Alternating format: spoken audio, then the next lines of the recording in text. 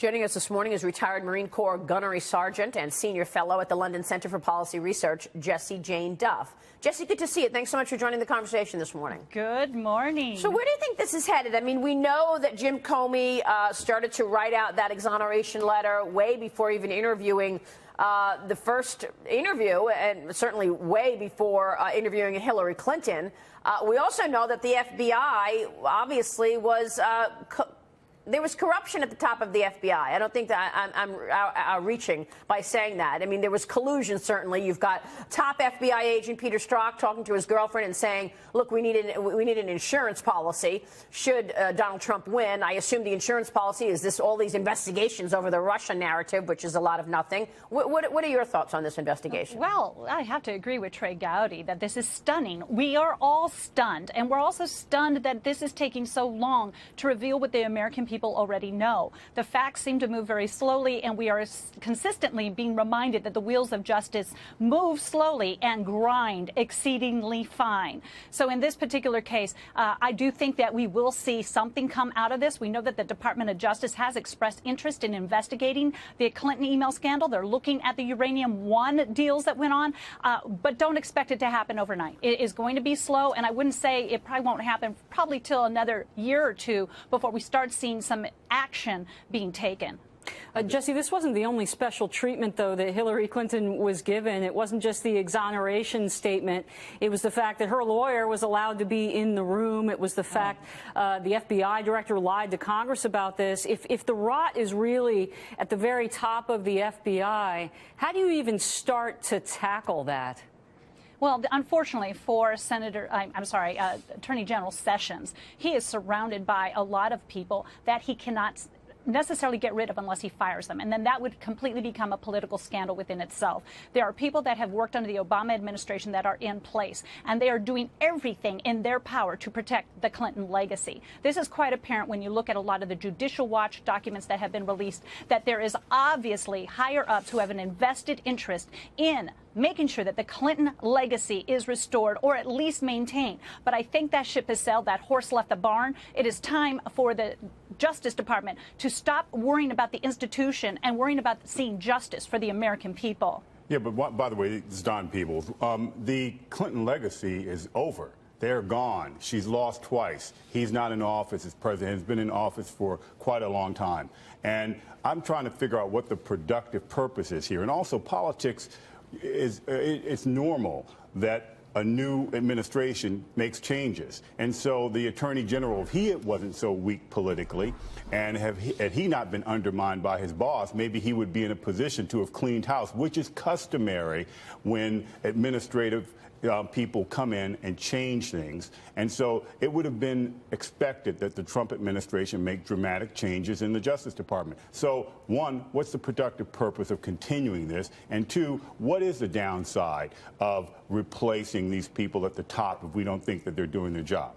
Well, we also have to understand that the Mueller investigation is a direct result of the Clinton legacy. Let's look at the reality of this. Mueller was an appointee under the administrations that were not Donald Trump's. His invested interest, along with James Comey, along with all the other leadership, we now are in a position that if you start firing people, it now looks like Donald Trump is trying to hide something. The cards are stacked against them to start making those moves, and it looks like there's a collusion from the top of the White House. The cards are stacked against him if there are attempts at firing. So the best that we know is that this collusion is a fake news that was reported by President Clinton last night in his tweets on the top fake news, and we're essentially just holding our breath for this to just get finished and move on. But but I have to push back on that, because I feel like asking why we're spending time on this. I think that the rule of law is why we're spending time on this. I think that we have to be able to have trust and credibility in the FBI, in the CIA, in the IRS, and all of the agencies that we trust. And so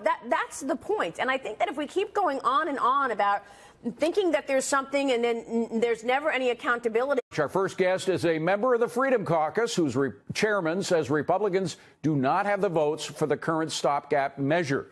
Joining me now is Congressman Ron DeSantis, a member of several key committees, including Foreign Affairs, Judiciary, and Oversight, and he is now also a candidate for Florida governor, about which more later. Congratulations for your candidacy. Let me talk about what, I mean, Schumer was straight out. He said it's going to fall on Republican shoulders. Here's what Representative Slaughter just said, and I'm quoting, "If there is a shutdown, our fingerprints aren't on it." I mean, this is like a criminal saying, I'm just about to commit a crime, but I've shaved off my fingerprints so you won't be able to track me down. Well, you're exactly right. I mean, here's the thing. The House, we've already passed bills to fund the government for the whole year. We did that months ago. The Senate is just dysfunctional. They're not able to really do the basic tasks of being in the Congress. So we are where we are. I think it would be absolutely hazardous for Democrats to block funding for our troops, for our military equipment, simply because they're demanding benefits for illegal immigrants. It just shows you that they care more about illegal immigrants than they do about our American military. So I think we should call their bluff. I think a lot of them will end up folding. But if they don't, and you have Chuck Schumer filibustering funding for the military because he's worried about more benefits for illegal immigrants, I think that would end up blowing up in their face. Well, Congressman, you know, I really don't know what they want in their heart of hearts, but I do know one thing. I mean, I don't know what they really feel about DACA or a budget deal or anything. But I know that above everything else, what they care about is November 2018. They want to retake the House. That is their firm goal, and they think if they come to any kind of agreement with this president, they won't be able to do it. They are convinced the only way to retake the House is to completely separate themselves and isolate, in their eyes, the president of the United States. That's why there won't be any deal, in my mind. Am I right or wrong? I think you're reading it right. I think Schumer and Pelosi decided, look, the energy in our base, the very far left, they don't want Trump. They want us to resist Trump. And so that's the easiest route for us to try to gin up that base to be able to retake the House. And I think it's an interesting theory. I think ultimately it's not going to work because look what's going on, David. You actually see results versus their rhetoric. Nancy Pelosi 2 months ago was saying that our tax bill was Armageddon, that the country was going to explode. Right. It was the worst thing ever. And then what's happening? You have bonuses being shelled out. You have money coming back. You have companies moving here. You have Apple going to invest an ungodly sum of money into the United States. And so voters are going to be in a position where they're going to see that. The Democrats have said no, no, no. They said all these bad things were going to happen, and yet the economy's strong. We're much better internationally than we were when the president took office. So I think that they're going to do what they got to do, but I don't think it's going to be effective. They feel, Congressman, that they're protected, and to a certain extent they are, by the overwhelming 95% of the press corps who will be their echo chamber, or some people, Rush Limbaugh even thinks it's the other way around, that the Democrats in the House are the echo chamber of the media. But however it works, they feel that they have that as a second front to protect their flank.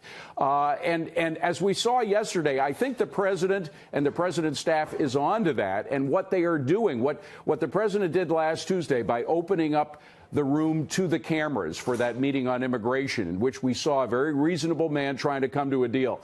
Yesterday, we had a very reasonable doctor come on the scene, bipartisan doctor. He'd worked with Democratic and Republican presidents in the past, say that this man is not only healthy, but he's completely sane. You saw the media then go insane by that suggestion and start asking about whether he was an alcoholic or a drug addict or whether he was obese, et cetera. So the public is beginning to see, I think, that all of these complaints about Trump as being at the root of all evil in the world is nonsense. And they remember 8 years of Barack Obama, where that same White House press corps, which berated that doctor, which is always yelling about Trump, they were basically the palace guard for Barack Obama. They protected him. They did not investigate key things. They did not hold him accountable. That is the role that they had. And so when people look at how low esteem the Washington press corps has in our country, it's because people can see they behave one way with Obama and the other way with Trump. But you're right. The Democrats think the media will blame Trump and Republicans no matter what. I think the difference, though, is if Schumer forces a shutdown, Trump controls the executive branch. He's not going to shut down the World War II memorial. He can go out there and shake the veterans' hands when they go out there. So the president actually, I think, has the good hand here. It was within President Obama's interest to slow up the things people cared about in the government, which he did, sometimes even going out of his way to do that. And it's not in President Trump's interest. Quickly on the Mueller probe and what's happening there.